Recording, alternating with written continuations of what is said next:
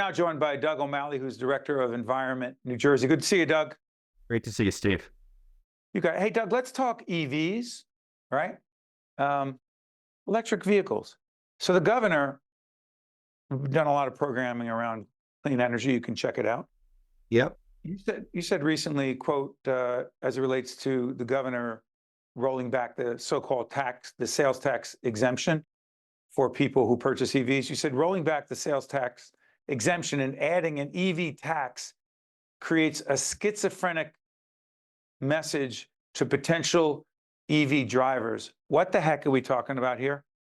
Well, we're talking about kind of a Jekyll and Hyde moment right now, where we need to be having incentives to make it easier to buy an electric vehicle.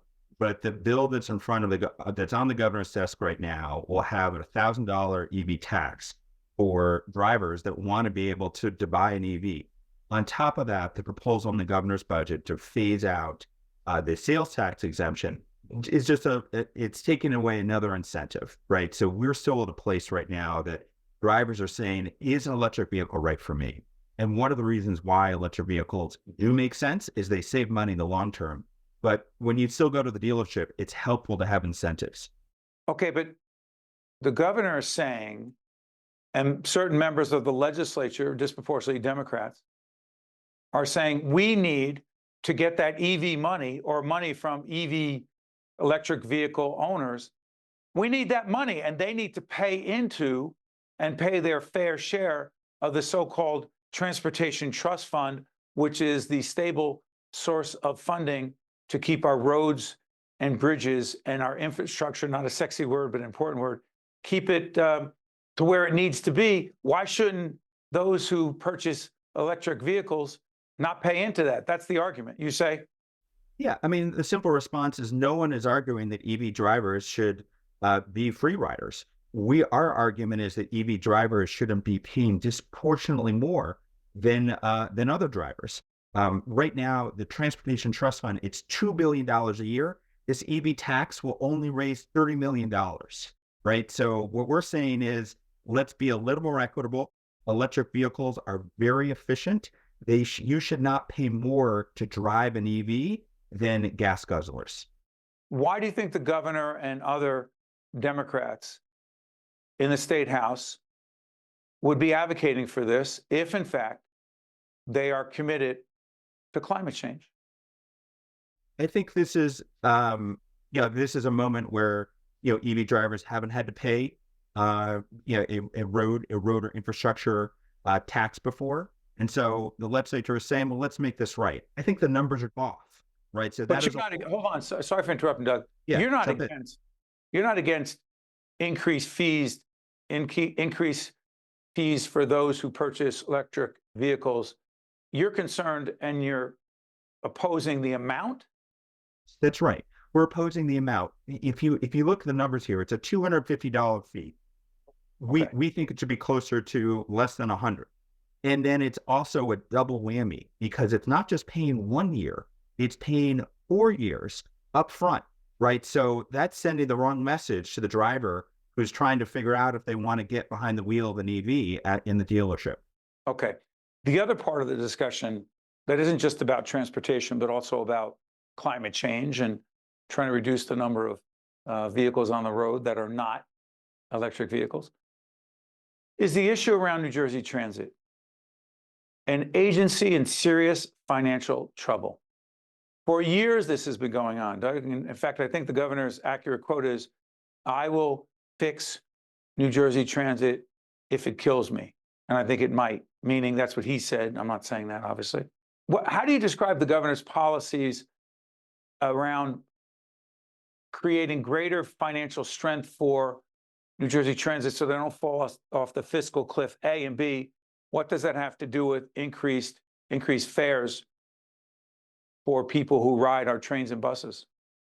Well, I think it's critical to know that when we talk about the fiscal cliff, this is not a bump, right? This is literally like Thelma and Louise driving off a cliff. What does that mean? So New Jersey Transit falls off the Thelma and Louise cliff. So what does that mean? It means that they don't exist? Historic, it means a fare hike that would make this hike look like nothing, and it would mean the end of service for rail and bus lines, right? I mean, we are talking about hundreds of millions of dollars that can't be met. So, this would mean we would not have New Jersey Transit as we know it today. So when we talk about this as a crisis, that is the moment we're in. And So this you is really, support a fare hike? no, we do not support the fare hike. We do support dedicated funding because you cannot balance a $1 billion gap on the backs of transit riders. We have not had a fare hike in multiple years at this point. But the problem is, if you literally are telling bus riders to pay 15% more, that's not actually going to solve the problem. And this is where the governor really does deserve credit, because for the first time ever, he's proposing dedicated transit funding. That has never happened before. Every other transit agency in America that's big has dedicated funding. We don't. And that's part of the reason we're in this fix. Yeah, but Doug, here's the other part of that conversation.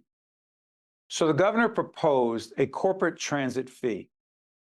This would be a tax, an increased tax on corporations in the state of New Jersey with over $10 million in profits. Is that accurate? Correct. Now, we're going to have business leaders that we're actually taping today, including Michelle Sikirka, who is the CEO, the president and CEO of the Business and Industry Association in the state, and also Tom Bracken, the head of the Chamber of Commerce.